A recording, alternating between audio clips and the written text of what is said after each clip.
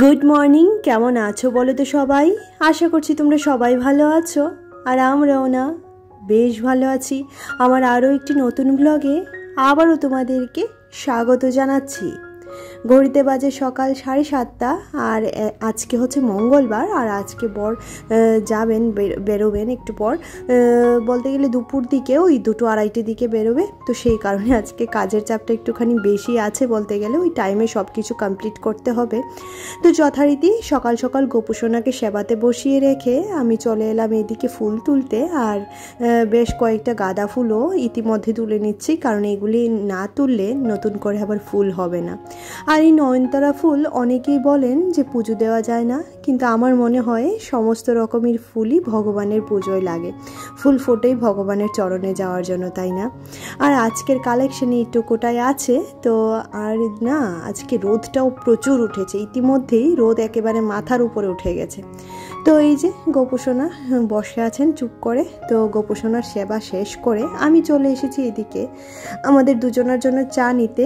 আর বেশ কয়েকদিন আমি একাই খাবো চা, কিন্তু চায়ের সঙ্গীটা না একটুখানি, চা দেখবে একা খাওয়া যায় না, একটুখানি সঙ্গী সাথী না থাকলে, তাই না? চাটা এমনই একটা নেশা। তো যথারীতি এদিকে চায়ের সাথে বিস্কিটও নিয়ে নিয়েছি। যে বিস্কিটগুলো বর ভীষণ পছন্দ করে, আমার একদমই ভালো লাগে না, কারণ এই বিস্কিটের মধ্যে এত পরিমাণে কালো জিরে দেওয়া থাকে যে কালো জিরেগুলি দাঁতে পড়লেই না ভীষণ বিরক্তিকর লাগে। কিন্তু তারপরেও কিচ্ছু করার নেই, আনা হয়েছে। আর চা যেহেতু খালি খাবো না, সেই কারণে দুখানা বিস্কিট মুখে গুজে তারপর চাটা খেতে হবে। তারপর ঘরদোর গোছাতে চলে এসেছি। আজকে কিন্তু একটুকুও সময় নষ্ট করিনি, কারণ আজকে একদমই সময়ের ভীষণই অভাব। কারণ 11:30-12টার মধ্যে আমার সমস্ত কিছু কমপ্লিট করে উঠতে হবে। মেয়ে তো স্কুলেই আছে। তো সকাল সকাল উঠেছিলাম, মেয়েকে টিফিন টাফিন করে দিয়ে তারপর পাঠিয়েছি। এত সকাল তো আর তোমাদের সাথে ভিডিও শেয়ার করতে পারি না, কারণ একটু ব্যস্ততাটাই বেশি থাকে সে কারণে। আর এদিকে দেখো সমস্ত কিছু ঝাড়াঝাড়ি করার পর এবার কিন্তু আমি আমার বিছানাটাকে সুন্দর করে, সামনের ঘরে বিছানাটা যেটা মিঠি সারাক্ষণ এটার উপর বসে থাকে, সেটাকে সুন্দর করে গুছিয়ে নিলাম। আর এদিকে বরের ব্যাগ প্যাটোরা তো রেডি আছে, তো যে সে 2-2:30 নাগাদ বেরিয়ে পড়বে। তো সমস্ত কিছু একটুখানি এই হালকা হাতে ঝাড়াঝাড়ি করে নিলে না ওই ধুলোবালিটা একটুখানি কমই থাকে দেখবে, তাই না? তাই আমি প্রতিদিন চেষ্টা করি দুবেলা করে এই কাজগুলি করতে, যাতে ধুলোবালিটা একদমই কম থাকে। ওই মানে দেখানোর জন্য কিছু করা বা প্রত্যেক দিন এগুলাকে মোছা, সেটা আমার একদমই সম্ভব হয় না সত্যি কথা বলতে গেলে, কারণ একা হাতে অনেক কিছুই শেষ করতে হয়, অনেক কিছুই কমপ্লিট করে উঠতে হয়। তো যে কারণে প্রত্যেক দিন যে এগুলি ধরে মুছে পরিষ্কার করা বা প্রত্যেক দিন একটা রুটিন করে মুছা, সেটা আমার দ্বারা সম্ভব হয় না। আমি যখন যেরকমভাবে পারি সংসারটাকে গুছিয়ে রাখার চেষ্টা করি। আর হ্যাঁ, অবশ্যই সকালবেলা তো এই কাজগুলো প্রত্যেকটা বাড়ির বউই করে থাকে, সেরকমভাবে আমিও করি। যথারীতি এবার এদিকে চলে এসেছি মিঠির পড়ার জায়গাটা গোছাতে। যে জায়গাটা আগে বারান্দা ছিল, তোমরা সবাই দেখেছো, যে জায়গাটাকে আমি মিঠির পড়ার জন্য ব্যবহার করেছি, কারণ আমাদের ঘরে তো প্রতিনিয়তই আত্মীয় স্বজন লেগে থাকে। সেই কারণে ওই সামনের ঘরে মিঠির পড়াটা একটুখানি অসুবিধে হয়ে যায়। তো সেই কারণে এই জায়গাটাকে আমি একটুখানি কাজে লাগিয়েছি, ওর পড়ার উদ্দেশ্যেই বলতে পারো। কারণ বাচ্চাকে একটা সঠিক পরিবেশ না দিতে পারলে না, তা সে বড় হয়ে একই কথা শোনাবে যে কি করেছো আমার জন্য। ওই কথাটা শুনতে আমি রাজি নই সত্যি কথা বলতে কি। তাই একটুখানি কষ্ট হলেও মেয়ের জন্য এই কাজগুলি করি। আর এইগুলা গুছিয়ে তো মেয়ে কখনোই রাখে না, তো শেখেনি বলতে গেলে এখনও। যেদিন বলি গুছিয়ে পরিষ্কার করার কথা, সেদিন সমস্ত কিছু নামিয়ে সে তার নিজের পড়ার জায়গা সুন্দর করে গোছায়। তো সেই কারণে আর প্রত্যেক দিন ওকে বলা হয় না, প্রত্যেক দিনের গোছানোটা আমিই করি। আর তারপর যেহেতু ঘর ঝাড়াঝাড়ি করেছি, প্রচুর পরিমাণে ধুলোবালি পড়েছে, ঘরটাকে ঝাড়ু না দিয়ে এই মুহূর্তে মুছতে পারছি না, কারণ ঝাড়ু দিলে মুছতে অনেকটাই সহজ হয়। আর যেহেতু মপ দিয়েই বেশ কিছুদিন ধরে মুছছি, ওই বসে মুছার সময় আর পাচ্ছি না। তো সেই কারণে একটুখানি ভালো করে ঘরটা আগে ঝাড়ু দিয়ে নিই। আর মিঠির পড়ার জায়গা থেকে দেখো কি পরিমাণে যে কাগজের টুকরো বেরিয়েছে, যে কি বলি। তার সাথে পাল্লা দিয়ে তো মাথার চুল আছেই, মনে হচ্ছে মাথার চুল মাথায় কম, ওই ফ্লোরে বেশি পড়ে থাকে, যেগুলি ঝাঁটাতে করে এদিক ওদিক ছড়ায়। তো চলো এবার সামনের ঘরটাও সুন্দর করে ঝাড়ু দিয়ে নিচ্ছি। আমি কিন্তু এখানে খুবই আস্তে করে করছি, যাতে গোপোষণার গায়ে কোনো ধরনের ধুলোবালি না যায়। কিন্তু যেহেতু ভিডিওটা আমার অনেকটাই বড় হয়ে যায়, কারণ প্রতিটা কাজ ধরে ধরে তোমাদের সাথে শেয়ার করি, তো সেই কারণে একটুখানি বড় হয়ে যায়। তো যে কারণে আমি এটাকে একটু ফাস্ট ফরওয়ার্ড করে দিয়েছি। তো তোমরা অবশ্যই করে জানিও যে ভিডিওগুলো কেমন কেমন লাগে। আর যদি ভালো লাগে অবশ্যই চ্যানেলটিকে সাবস্ক্রাইব করে তোমার কাছে রাখতে পারো, যাতে যখনই আমি কোনো ধরনের ভিডিও আপলোড করব নোটিফিকেশানটা তোমরা পেয়ে যাও আর ভিডিওটা তোমরা সিন করতে পারো সবার আগে। আর এদিকে দেখো এই ঘরটা এইভাবে সুন্দর করে গুছিয়ে নিয়েছি, যদিও বা খুব বেশিক্ষণ সময়, আর ঘড়িতে তো দেখলেই 9:15 বাজে, খুব বেশিক্ষণ সময় এই ঘর গোছানো থাকবে না। মিঠি আসার সাথে সাথে অগোছালো হয়ে যাবে, জানি না সে কী করে, কিন্তু ঘর অগোছালোটা সে ভালোই করতে পারে।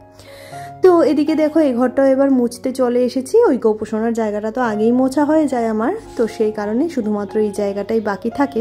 তো জায়গাটাকে খুব সুন্দর করে ভালো করে একদম মুছে পুছে পরিষ্কার করে নিচ্ছি যথারীতি। দেখো এই ঘর কানো আমার গোছানো হয়ে গেছে, এখনও কিন্তু রান্নাতে যাইনি, আমি রান্নাতে যাব।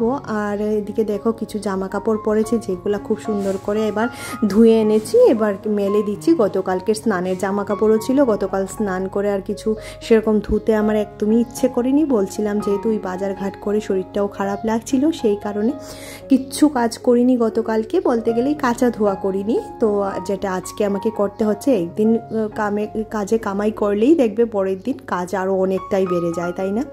তো এই মুহূর্তে আমি একটুখানি গাছে জল দিয়ে নিচ্ছি। ওই যে বললাম ছাদে গাছপালা করতে গেলে নিজের রূপের কথা চিন্তা করলে একদমই চলে না, কারণ ইতিমধ্যে যেহেতু আমাদেরও প্রচুর পরিমাণে তেষ্টা পাচ্ছে, ওদেরও কিন্তু তেষ্টা পায়, তো সেই কারণে ওদের তেষ্টা বুঝে বুঝে ওদেরকে জল দিতে হয়। আর যেহেতু আমের গুটি চলে এসেছে, এই মুহূর্তে জলটা না থাকলে গুটিগুলি সমস্ত কিছু ঝরে পড়ে যেতে পারে, সেই কারণে আমি একটুখানি রোদ হলেও নিজে একটুখানি চেষ্টা করি ওদেরকে যত্ন করতে। আর এই যে জাম গাছটাতে যে কী পরিমাণে ফুল এসেছে, মনে হচ্ছে এবছর ভালোই জাম হবে। তো তোমাদের সাথে অবশ্যই শেয়ার করব। গত বছর ও ফল দেয়নি, যার কারণে ওকে বলা হয়েছিল যে তুই যদি এবছর ফল না দিস তাহলে কিন্তু তোকে আমি তুলে ফেলে দেব। তো গাছকে না মাঝে মধ্যে ভয় দেখাতে হয়, জানো তো, গাছ কিন্তু অনেক কথা শোনে। তো সেদিকের কাজ সেরে একটুখানি গ্লুকোজ জল খেয়েছি, যেটা তোমাদের সাথে আর শেয়ার করা হয়নি, কারণ এত রোদের মধ্যে কাজ করলে নিজেকে একটুখানি হাইড্রেট রাখার চেষ্টা করতে হয়। তারপর এই যে মশলার কৌটোটা, যেটাকে সুন্দর করে পরিষ্কার করে নিয়েছি, প্রত্যেক সপ্তাহ 2 সপ্তাহ অন্তর অন্তর যখনই মশলাটা খালি হয় আমি এটাকে পরিষ্কার করে নিই। কিন্তু বেশ কয়েকদিন হলো যে মশলার কৌটোটা আমি পরিষ্কার করতে পারছিলাম না, যেটা গতকাল রাত্রে আমি পরিষ্কার করে ধুয়ে মেজে রেখেছি। এবার সমস্ত মশলাগুলিকে রিফিল করছি, কারণ এই মশলাগুলি হাতের কাছে থাকলে রান্নাটা কিন্তু বেশ সুবিধাজনক হয়, তাই না? তো সেই কারণে রান্নাটাকে সুবিধাজনক করার জন্য এইগুলাকে আমি দেখো এবার রিফিল করে নিচ্ছি। আর মশলা কৌটোগুলি ভরতে ভরতে বর বলছিল আজকে একটু শুটকি মাছের ভর্তা বানিয়ে দিও তো, কারণ যেখানে যাচ্ছি সেখানে তো শুটকি মাছটা পাবো না, কারণ ত্রিপুরা স্পেশাল খাবার সেটা শুটকি মাছ, তো সেটা তো আর সব জায়গাতে পাওয়া যায় না। তো শুটকি মাছের ভর্তা বানাবো ওর অনারে, বলতে গেলে ও বলেছে, সে কারণে। তো এদিকে না গুঁড়ো লঙ্কাটাও শেষ হয়ে গেছিলো, সেটাকে আবার রিফিল করলাম, করে এই যে কৌটোটাতে আবার ঢেলে নিচ্ছি। আর রান্নার সময় এই জিনিসগুলি গোছানো না থাকলে ভীষণই বিরক্তিকর লাগে, মনে হয় এই বুঝি শেষ হয়ে গেল, আবার ভরতে হবে, তারপর রান্না করবো, দূর বাবা, ভালোই লাগে না। তো যথারীতি দেখো আমার হলুদ গুঁড়ো, জিরে গুঁড়ো, লঙ্কার গুঁড়ো, ধনে গুঁড়ো সমস্ত কিছু নেওয়া হয়ে গেছে।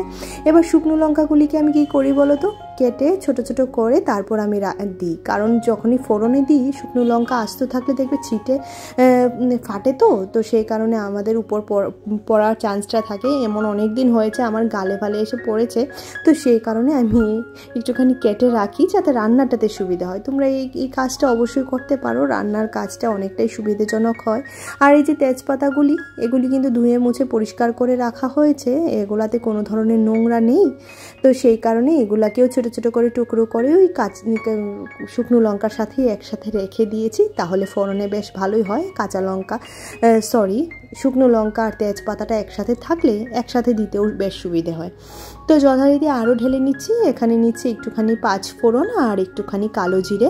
5 ফোড়ন আর কালো জিরেটা আমার একটুখানি বেশি লাগে, সেই কারণে এগুলো রেখেছি। আর মেথি টেথি যা আছে সেগুলি অন্য কৌটোতে আছে। এই যে হয়ে গেল আমার মশলার কৌটো গোছানো। এই কাজটা ভীষণ একটা ইম্পর্ট্যান্ট কাজ রান্নার ক্ষেত্রে, তো সেই কারণে এই কাজটা আগে করে নিয়েছি। আর ভাতের হাঁড়ি দেখতে পাচ্ছ আমার কিন্তু ভাত হয়ে গেছিলো। তো যথারীতি শুটকি মাছের ভর্তা করার জন্য, শুটকি মাছের ওই তেলে দিয়ে ভর্তা করার জন্য আমি এখানে পেঁয়াজ, রসুন, তারপর কাঁচা লঙ্কা সমস্তটাই পেস্ট করে নিয়েছি, তেলে দেখো দিয়েও দিয়েছি। আর একই সাথে লঙ্কার গুঁড়ো, হলুদ, লবণ সমস্তটাই দিয়ে দিয়েছি। তারপরে এটা একটুখানি ভাজা হয়ে আসলে শুটকি মাছটা ভালো করে ধুয়ে দিয়ে দিয়েছি, দেখো শুটকি মাছটা। আর এটা তারপরের ভিডিও নিতে আমি একদমই ভুলে গেছি, কারণ ওই তোমার অসুবিধা হচ্ছিল একটুখানি, ওই দিকের ঘরে যেতে হয়েছে বরের প্যাকিংয়ের জন্য, তো সেই কারণে একটুখানি দেরি হয়ে গেছিলো।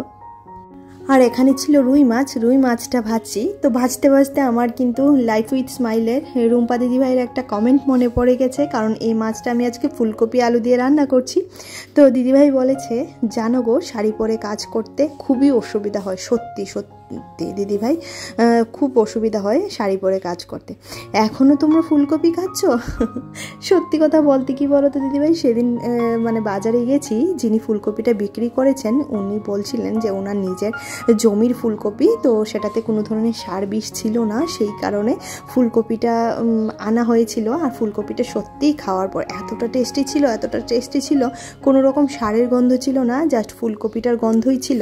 তো এদিকে দেখো মাছটা ভাজা হয়ে গেছে, ভালো করে মাথা দুটোও ভেজে নিয়েছি। এবার এই তেলে একটুখানি মৌরি ফোড়ন দিয়ে দেবো, সরি মৌরি নয়, এটা মেথি ছিল, মেথি ফোড়ন দিয়ে তারপর ওই যে এখানে একটা মশলা করে রেখেছিলাম, ছিল তোমার এলাচ, দারচিনি, তাতে টমেটো, কাঁচা লঙ্কা, আর ছিল জিরে, ধনে, আর একটুখানি হলুদ গুঁড়ো, এই তো এই সমস্তটাই ছিল। আর একটুখানি লঙ্কার গুঁড়ো দিয়েছিলাম, শুধুমাত্র লাল হওয়ার জন্য, ঝাল হওয়ার জন্য নয়।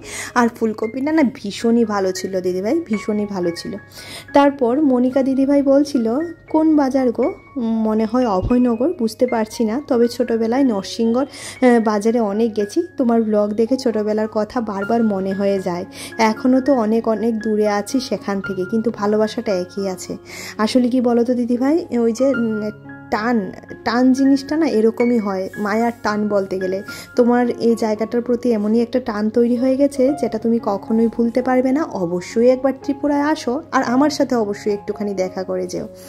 আর এখানে তো তোমরা দেখতেই পাচ্ছ লাঞ্চ মেনু কিন্তু আমার রেডি হয়ে গেছে। আর এই যে বাবা মেয়ের ভালোবাসা, মেয়ের একটুখানি অসুবিধা হবে বাবা ছাড়া, আমার কিন্তু কোনো ধরনের অসুবিধা হবে না, কারণ আমি ভূত ভয় পাই না, ভয় পাই শয়তানরূপী মানুষকে, যাদের ছোবলে অনেক বিষ থাকে। তো চলো আজকের মতো ভিডিওটি এখানেই রাখছি। মিঠি অনেক কষ্ট করে পাপার লাগেজটা এনে দিল। তো আজকের মতো ভিডিওটি এখানেই রাখছি, তাহলে দেখা হচ্ছে পরবর্তী আরও একটা ব্লগে। ততক্ষণের মতো কানেক্টেড থাকো আমার সাথে, অবশ্যই ভালো লাগলে একটা লাইক করে দিও। টাটা।